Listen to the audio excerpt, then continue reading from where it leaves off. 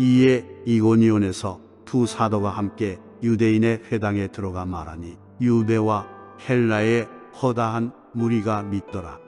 그러나 순종하지 아니하는 유대인들이 이방인들의 마음을 선동하여 형제들에게 악감을 품게 하거늘 두 사도가 오래 있어 주를 힘입어 담대히 말하니 주께서 그들의 손으로 표적과 기사를 행하게 하여 주사 자기 은혜의 말씀을 증언하시니 그 시내의 무리가 나뉘어 유대인을 따르는 자도 있고 두 사도를 따르는 자도 있는지라. 피시디아 안디옥에서 성공적인 전도의 사역을 감당하지만 그곳에 있는 유대인들의 핍박과 박해로 인하여서 이제 이곳을 떠나서 이고니온이라고 하는 지역으로 가게 되어짐을 13장 후반부를 통하여서 볼 수 있었습니다. 오늘 이제 14장에서는 바울 일행의 이고니온에서부터 시작되어진 전도가 다시 수리아 안디옥으로 귀환하는 그러한 장면을 통하여서 1차 전도 여행을 마치는 그런 과정을 우리가 보게 되어집니다. 특별히 1절로 7절을 통해서는 이고니온 선교를 중심으로 한 말씀을 기록하고 있습니다. 물론 이곳에서도 많은 핍박과 박해가 있었지만 성공적으로 복음을 전할 수 있었음을 우리가 말씀을 통해서 보게 되어집니다. 이에 이고니온에서 피시디아 안디옥을 떠나서 이고니온에 도착한 바울 일행의 전도 사역을 이렇게 시작하고 있습니다. 이 이고니온이라고 하는 곳은 지금의 터키에 있는 지금 지명으로는 뭐 코냐라고 그렇게 부른다고 하는데 현재 터키의 5대 도시 안에 들어가 있는 큰 도시 가운데 하나가 바로 이곳 이고니온이라고 하는 지역이라고 합니다. 혹시 지도를 띄워줄 수 있으면 한번 띄워주시면 좋겠습니다. 이 비시디아 안디옥에서 동남쪽 방향으로 약 120여 킬로미터 정도 떨어진 곳에 위치하고 있습니다.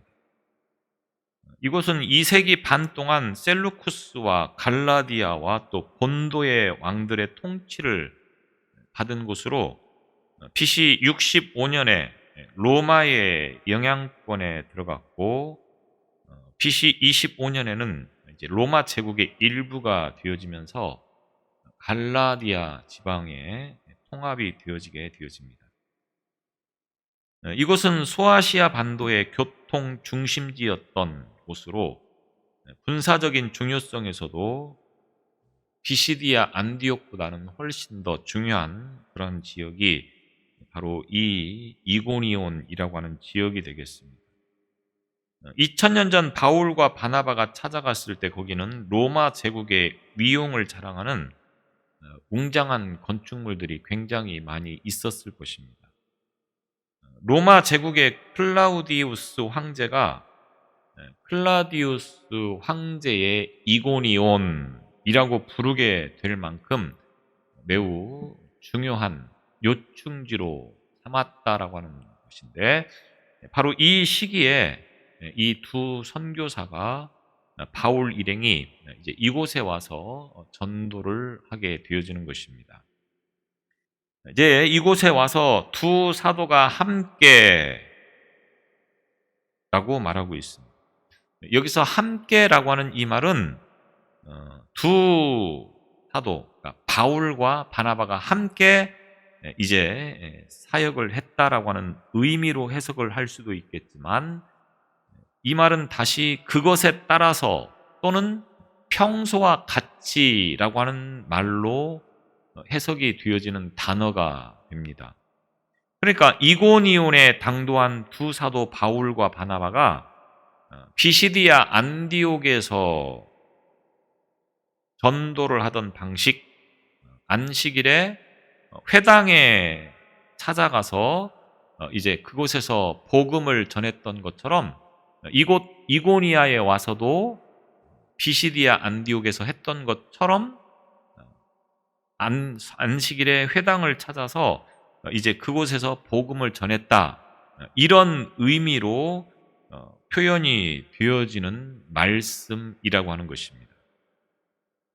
그래서 현대어 성경을 보면 이 부분을 바울과 바나바는 이고니온에서도 함께 회당에 들어가 이렇게 기록해 놓은 것을 봅니다.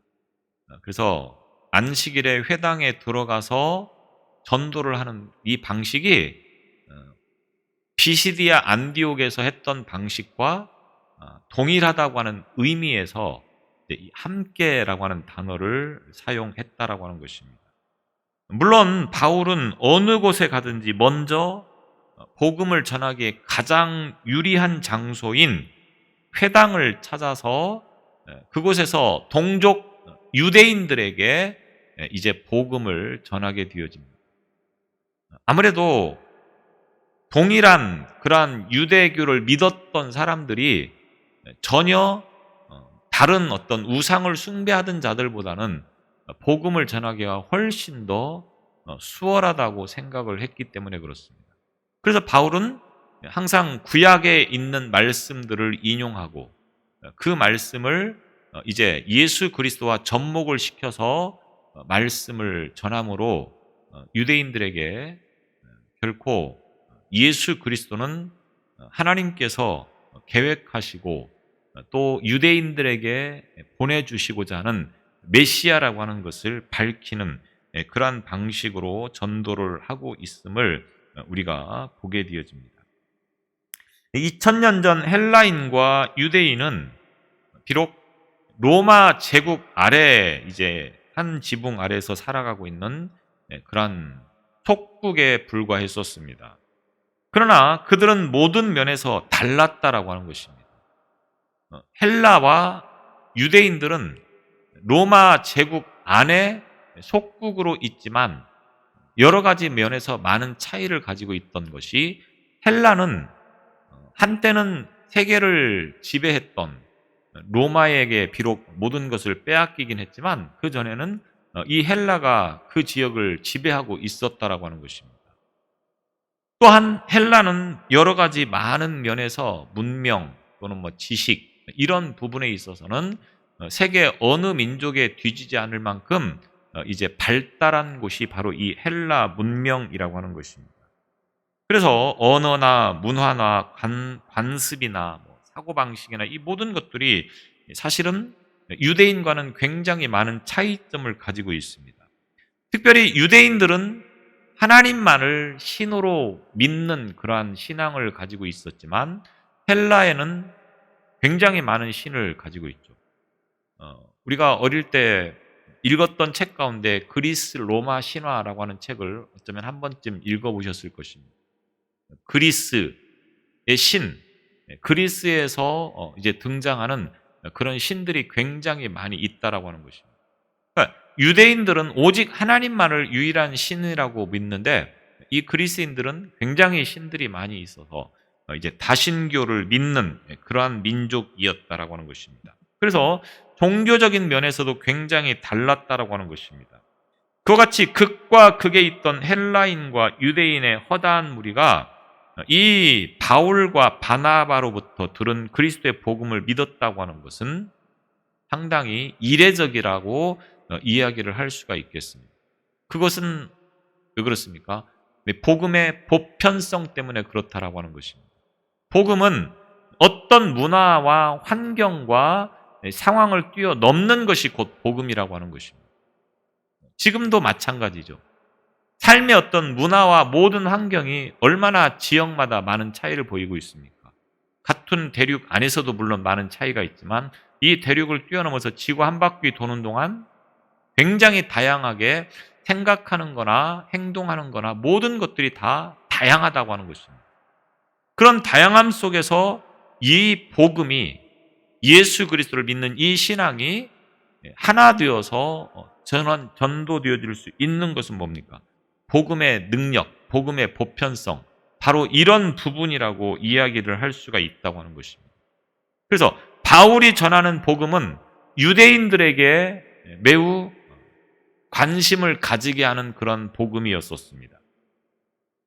그런데 유대인뿐만 아니라 헬라의 문명 아래 있었던 사람들에게도 역시 이 복음은 굉장히 능력 있게 그들로 하여금 이제 관심을 가질 수 있도록 하는 그런 것이 곧 복음이었다라고 하는 것입니다. 그래서 언어가 다르고 문화가 다르고 인종이 다르지만 복음은 사람들을 변화시키는 힘이 있고 능력이 있었다라고 하는 것입니다. 비시디아 안디옥에 이어서 이곳 이고니온에서도 복음 사역이 유대인과 헬라인 구분 없이 많은 무리가 복음을 받아들이게 되었다라고 성경은 증언하고 있음을 보게 되어집니다. 그래서 1절에 뭐라고 표현합니까? 유대와 헬라의 허다한 무리가 믿더라. 유대의 문화 속에서 살았던 사람이나 헬라의 문화 속에서 살았던 사람이나 구분하지 않고 많은 사람들이 바울의 복음을 듣고 그리고 그 앞에 나와서 예수를 믿었다라고 하는 것을 말하고 있습니다.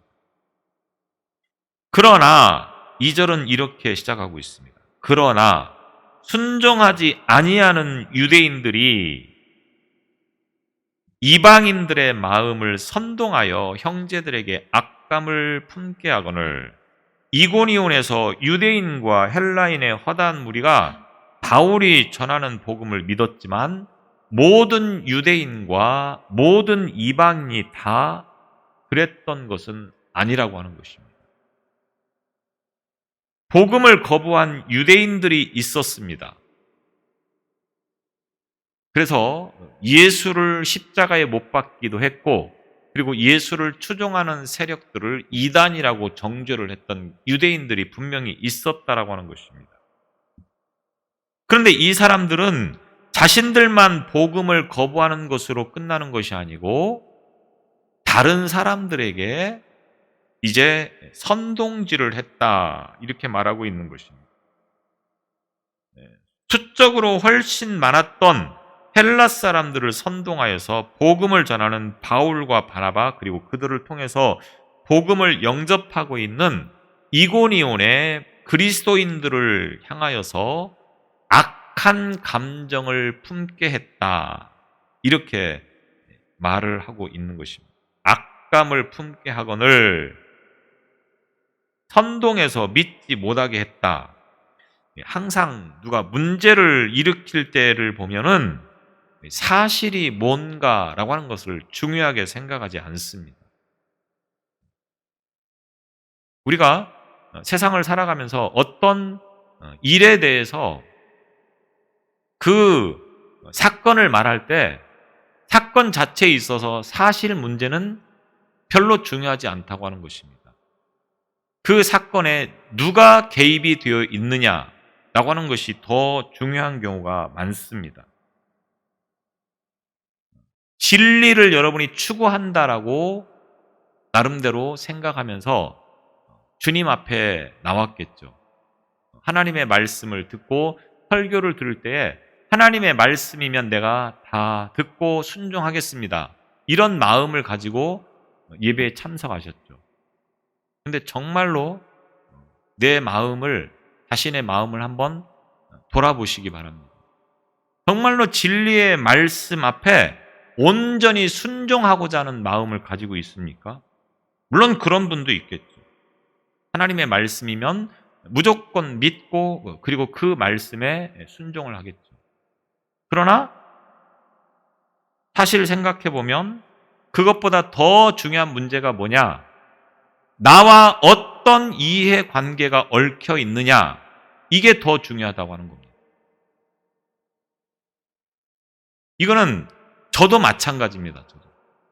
제가 지금까지 수십 년 동안 신앙생활을 했지만 하나님의 말씀, 그 말씀 앞에 모든 것을 다 내려놓고 그 말씀 앞에 철저하게 순종하는 그런 삶이 되지 못하는 부분들이 참 많다라고 하는 겁니다. 얼마만큼 나와 이해관계가 있고 또 내가 듣고 싶은 말을 하고 있느냐. 제가 요번 3일 전 주일날 한 설교를 들으면서 굉장히 은혜를 받았습니다. 그분이 굉장히 유명한 분이어서 뭐 이름만 대도 아실 만한 분입니다. 그런데 제가 은혜 받은 대목이 뭐냐면 그 교회는 지난주에 추수감사를 하는데 1년 전에 했던 그 설교의 내용을 찾아서 다시 하면서 뭐라고 말씀하시느냐 하면 자기가 그런 내용을 설교한 줄도 몰랐다고 하더라고요. 설교를 하는 분이 1년 전에 한 설교의 내용을 기억하지 못하고 있었다고 하는 겁니다. 그 말을 들으니까 굉장히 은혜가 되더라고요.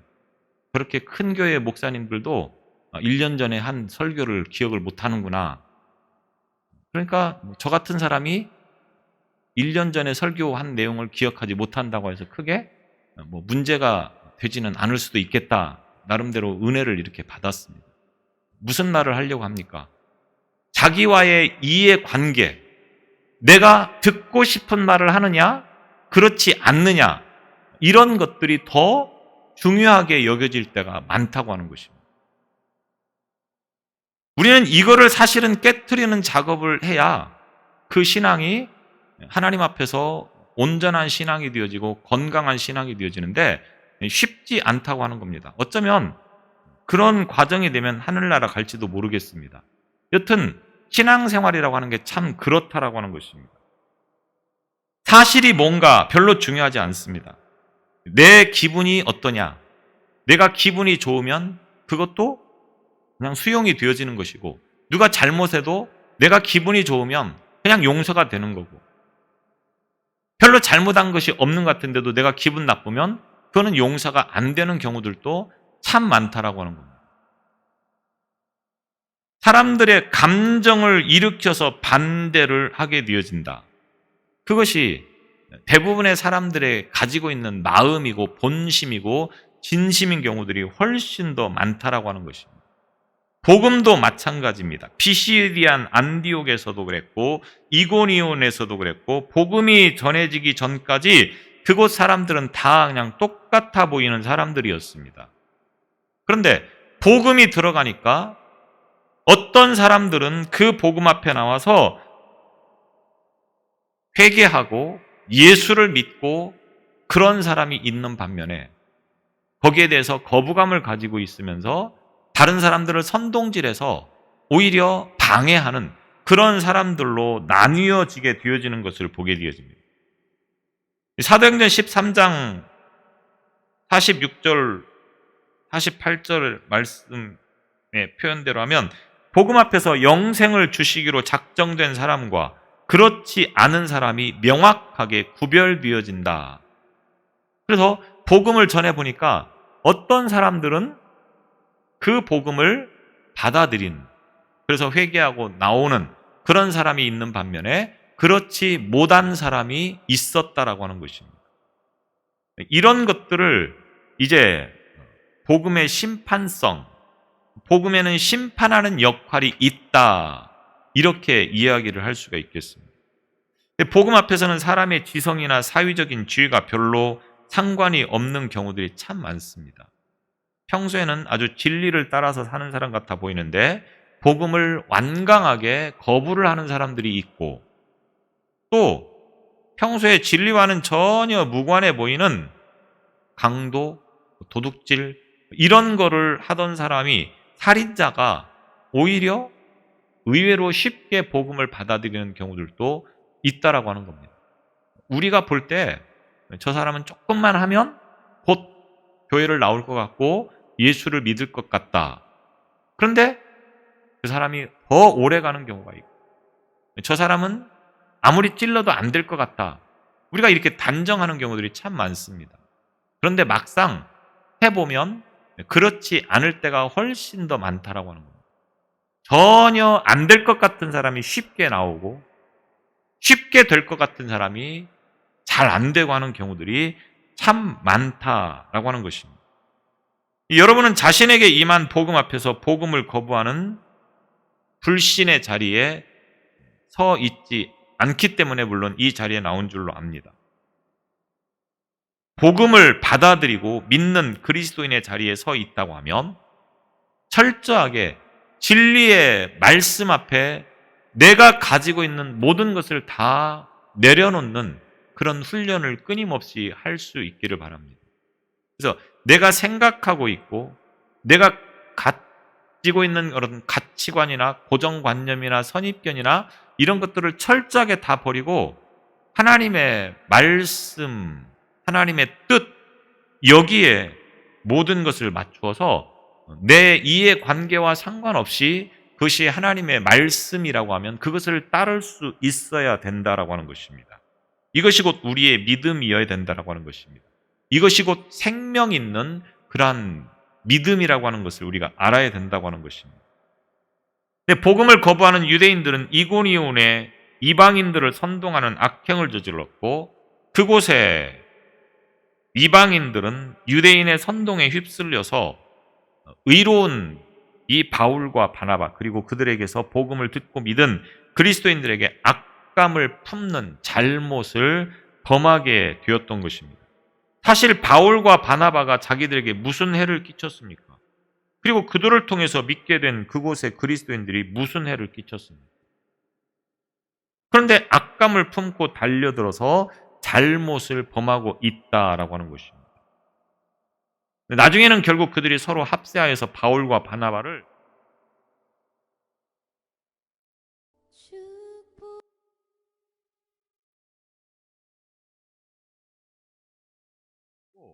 비시디아 안디옥이나 이고니온에서 일어나는 일들이 굉장히 흡사하다라고 하는 것을 우리가 목격하게 되어집니다. 비단 두 지역만이 아니고 전도 사역 내내 이와 같은 일들은 반복이 되어지고 있고 비단 바울 시대에만 이런 일들이 있는 것이 아니고 오늘날에도 이런 문제는 똑같이 일어나고 있다고 하는 것입니다. 그래서 성경의 이야기는 2000년 전의 상황이나 2000년이 지난 상황이나 우리가 구약을 보면 구약 시대는 지금으로부터 길게는 4000년 전 이상의 어떤 사건이나 지금의 상황이나 크게 차이가 없다고 하는 겁니다. 요즘 것들은 이렇게 말하면서 과거에는 마치 안 그랬던 것처럼 이야기를 하고 있지만 사실은 똑같다고 하는 것입니다. 다만 차이가 있다고 하면 제가 지난번에 말씀을 드렸는지 모르겠는데 요즘에는 매체들이 워낙 발달해 있어서 핸드폰만 키면 지구촌 곳곳의 소식들이 드러나고 있기 때문에 상대적으로 우리나라 안에서 일어나는 문제들도 쉽게 우리가 접하게 되어집니다. 무슨 일이 일어났는지. 과거에는 몰라서 그냥 그 주변에서만 알았던 사건들을 지금은 전 대한민국 사람들이 다 알고 있다라고 하는 것입니다. 그래서 범죄율이 더 많아진 것 같고 더 굉장히 우리가 생각하는 것처럼 우리나라가 잘못돼 가고 있다 이렇게 말을 할지 모르겠지만 사실은 큰 차이는 없다라고 하는 겁니다. 물론 좀 더 지능화되기는 했겠죠. 왜냐하면 모방 범죄가 있을 수 있고 이렇게 하면은 안 걸리는구나. 이렇게 하면은 안 잡힐 수도 있겠구나. 자꾸 이런 것들을 자꾸 연구하면서 범죄가 좀 더 지능적이긴 하겠지만 그러나 예전이나 지금이나 사실은 사회의 어떤 구성의 모든 것들이 크게 다르지 않다라고 하는 것입니다. 오늘날 사람들이 기독교를 굉장히 미워하고 또 혐오하는 것을 보게 되어집니다. 근데 교회가 성도들이 그들에게 무슨 피해를 줬습니까? 물론 그 사람들이 피해를 입었는지는 모르겠습니다. 그런데 교회에서 받은 피해 그 이상의 것들을 세상에서도 얼마든지 받으면서 살아가고 있습니다. 그런데 유독 기독교를 교회를 싫어하고 성도들을 싫어하고 혐오하기까지 한다라고 하는 것입니다. 잘못한 부분도 물론 있을 수 있지만 특별히 교회가 그토록 미움을 받고 혐오스럽기까지 여김을 받는 이유는 어디에 있습니까? 교회는 그렇게까지 할 잘못을 한 것이 사실은 없지 않습니까? 코로나만 놓고 봐도 교회가 코로나 나오면 마치 모든 코로나가 교회에서 일어난 것처럼 그렇게 난리를 칠 수가 없습니다.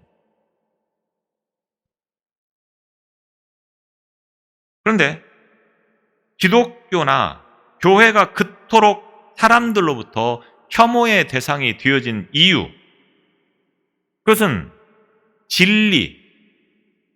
진리가 교회 안에 있기 때문에 그렇다라고 하는 것입니다.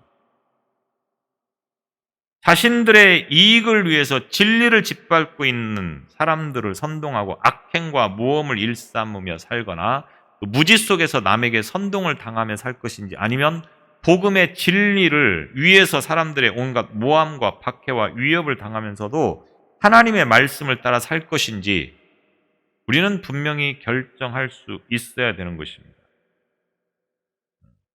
복음을 선택하고 그 길을 걸어간 바울과 바나바를 통해서 하나님께서 그 시대의 역사를 새롭게 하심을 우리는 분명히 보게 되어집니다. 어느 시대를 막론하고 복음은, 진리는 항상 사람들로부터 외면을 당했고 박해를 받았고 핍박을 받았다라고 하는 것입니다. 진리가 그 안에 있기 때문에. 이 세상은 누가 주관하고 있는 것입니까? 악한 사탄이 세상을 주관하고 있지 않습니까? 그러니까 그들로 하여금 진리를 지키고자 하는 자들은 당연히 미움을 받을 수밖에 없고 핍박을 받을 수밖에 없고 괴롭힘을 당할 수밖에 없다라고 하는 것입니다. 그래서 사실은 기독교를 그렇게 박해하고 핍박하는 이유는 뭡니까? 결국은 사탄이 조정하기 때문에 그렇다라고 하는 것입니다. 자, 두 사도가 오래 있어 주를 힘입어 담대히 말하니 주께서 그들의 손으로 표적과 기사를 행하게 하여 주사 자기 은혜의 말씀을 증언하시니, 바울과 바나바는 자신을 배척하는 무리에 선동하는 악행과 또 선동을 당하는 그 사람들의 무지가 반복되는 것에 기분 나빠하거나 개의치 않고 오랫동안 머물면서 주님을 담대하게 증거했다. 3절에 보면 이렇게 표현을 하고 있습니다. 피시디아 안디옥에서는 박해를 받는 순간 그곳을 떠나서 이고니온으로 왔는데, 여기에서는 그런 박해가 있지만 바로 떠나는 것이 아니고 오랫동안 복음을 전했다. 3절에 보면 오래 있어 주를 힘입어 담대히 말하니 주님을 증거했다고 하는 것입니다. 견디면서 복음을 전했다. 그럴 때 주께서 표적과 기사로 그들과 함께 하심을 친히 보여주신 것입니다. 표적과 기사를 행하게 하여 주사, 그곳에서 복음을 전하고자 하는 이 바울과 바나바에게 능력을 주셔서 표적이 나타나게 했다. 이런 말씀을 지금 하고 있는 것입니다. 담대하게 하나님의 말씀을 전했다. 고난 속에서 더욱 강한 믿음과 의지를 가지고 사명을 감당할 수 있었다라고 그렇게 말하고 있습니다.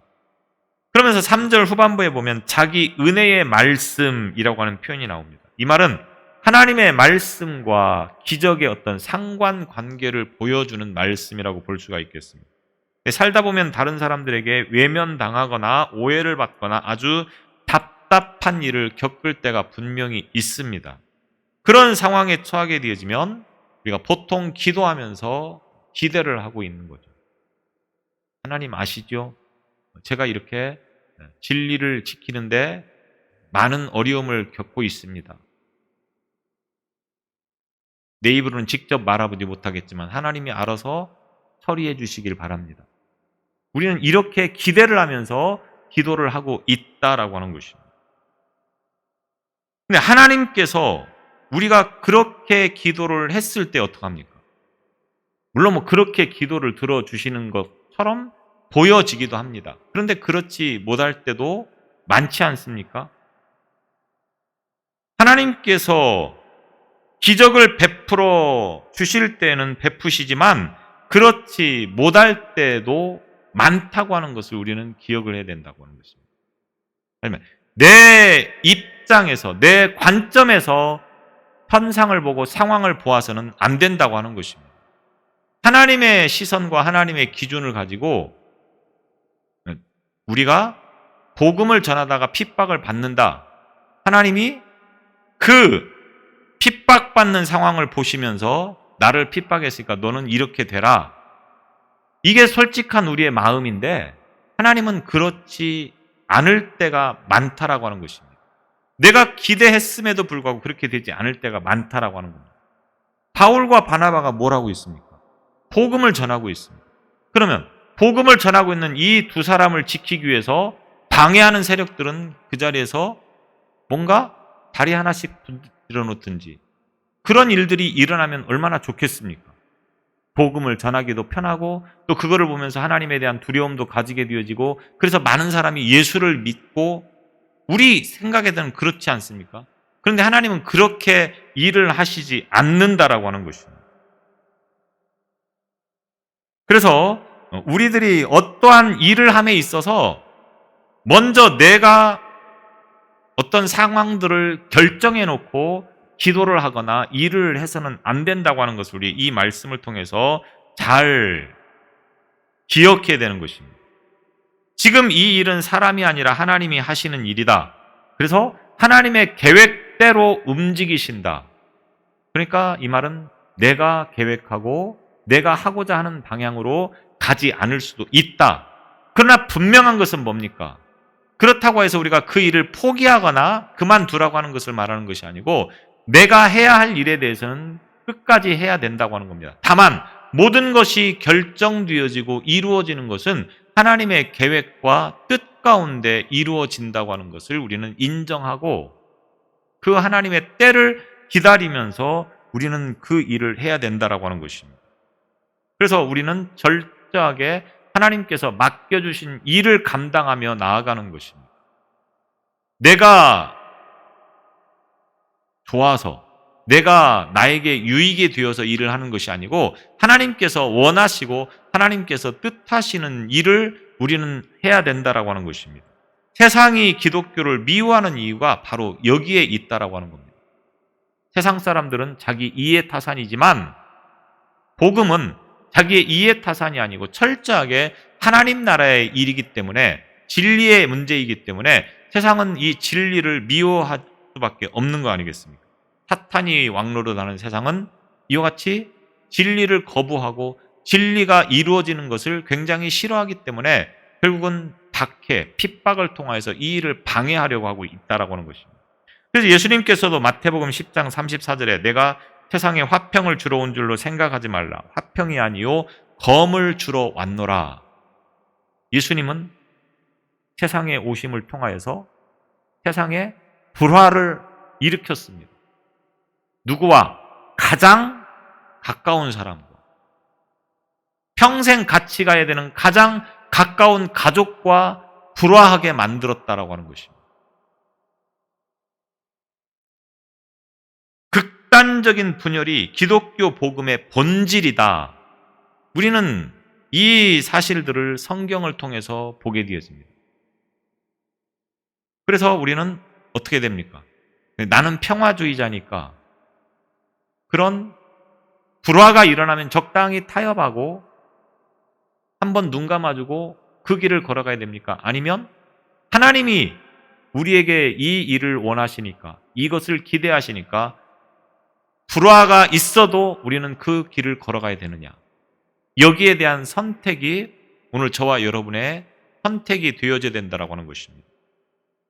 그래서 성경을 보면 이런 부분들이 굉장히 많이 등장하고 있지 않습니까? 특별히 사도행전을 통하여서 복음이 전파되어지는 과정에서는 이 문제가 단 한 번도 멈춘 적이 없었습니다. 어느 곳에 가든 복음이 전파되어지는 곳에는 이와 같이 갈등과 대립의 문제가 일어나게 되었다라고 하는 겁니다. 그 순간 우리는 어떻게 됩니까? 적당히 타협하고 한번 눈 감아주고 그냥 평화주의자로 살아가느냐 아니면 담대하게 오늘 사도 바울과 또 바나바가 그랬던 것처럼 복음을 전하는 일에 있어서 주저하지 않아야 되느냐 담대하게 말씀하도록 하나님께서 힘을 주셨던 것처럼 오늘 저와 여러분 또한 그러한 힘을 얻을 수 있기를 바랍니다. 이와 같은 믿음을 가지고 나아가면 표적과 기사를 행하게 하나님께서 책임져 주신다고 말씀하고 있습니다.